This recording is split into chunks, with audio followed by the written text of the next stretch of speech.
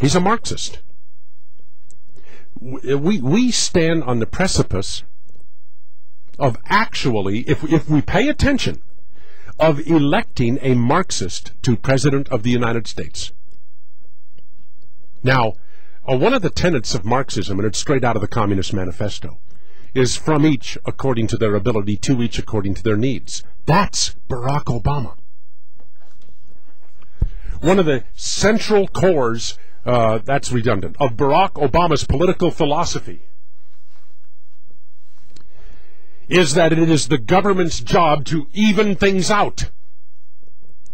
That people can't be allowed to have too much when other people have too little, and it is the government's job to step in and take stuff away from the people who have, in the government's view, too much, and give it to people who have, again, in the government's view, too little. Wealth redistribution. Wealth and income redistribution. Barack Obama believes that wealth is distributed, not earned. When he was on O'Reilly, he was talking about the 39% tax rate he wants to put on the evil rich in this country, a 39% federal tax rate. 39%. 39%. If you work 40 hours a week, 16 of those hours would be for the federal government. 40 hours a week, 16. In other words, ladies and gentlemen, you work a 5-day, 40-hour week. 2 of those days you work for the government. 2 of them. 3 you work for yourself. And oh, by the way, we're not even including the payroll taxes. We're not even including the state taxes. We're not even including the property taxes. You throw all of those in, and you're lucky to be working 2 out of 5 days for yourself under Barack Obama. But Bill O'Reilly was talking to him about this. And Barack Obama has a new excuse. You know, first of all, Barack Obama knows that raising taxes on the rich will not increase government revenue. He was having, I think the conversation was with Charles Gibson, I don't know. You want to raise capital gains taxes? Yes, I do. First, Barack Obama wanted to raise them to 29%. Then somebody got a hold of him. He said, okay, 20%. No, he wanted to raise them to 28%. See, I'm trying to be fair. Then it was, okay, 20%. This conversation, I think, Charlie Gibson, you know that when you raise capital gains taxes, it reduces revenue to the federal government. That the history of capital gains tax increases over the past couple of decades, every time somebody's raised the capital gains taxes, it's reduced revenue to the federal government. Do you realize that, Barack Obama? Well, yeah. Then why do you want to raise capital gains taxes? Well, it's an issue of fairness. In other words, it's not fair that those people are making that money. It's not fair. So we've got to take it away from them because it's just not fair. We have to take it away and give it to other people. Now Barack Obama has an excuse for this. It's called neighborliness. No, I'm not kidding you, folks. Neighborliness. Bill O'Reilly said the free lunch is that you're taking the wealthy in America and the big earners. Okay, you're taking money away from them and you're giving it to people who don't. That's called income redistribution. It's a socialist tenet. Come on, you know that. You went to Harvard.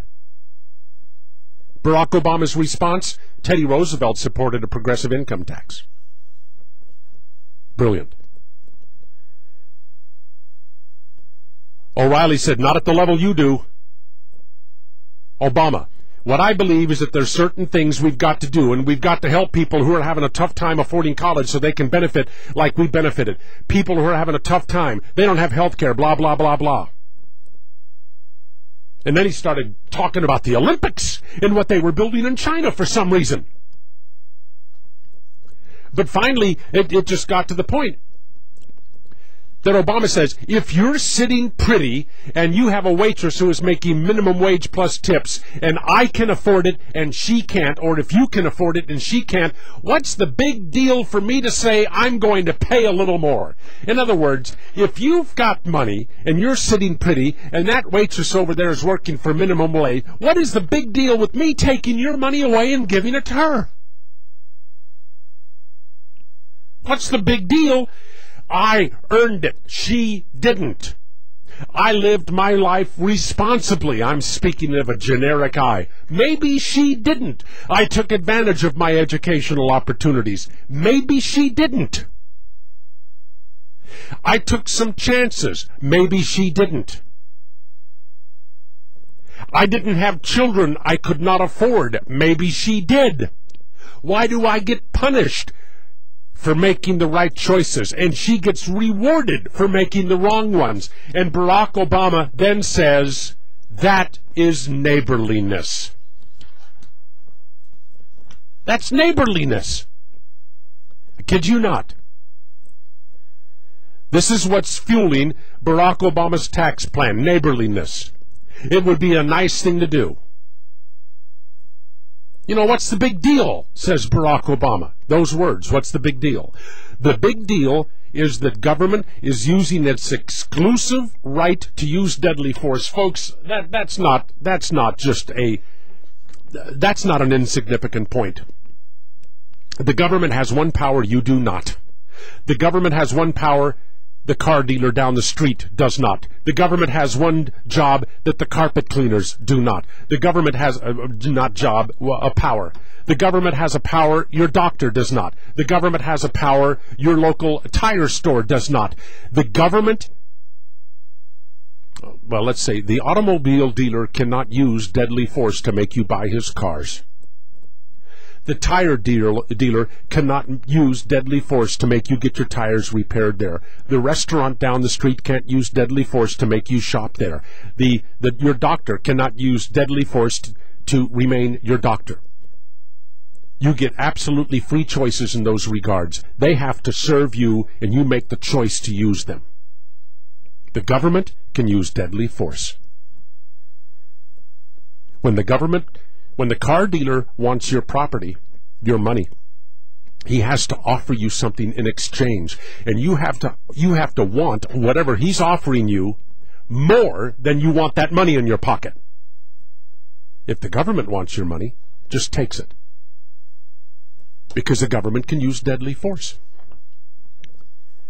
The government takes that money away from you at the point of a gun.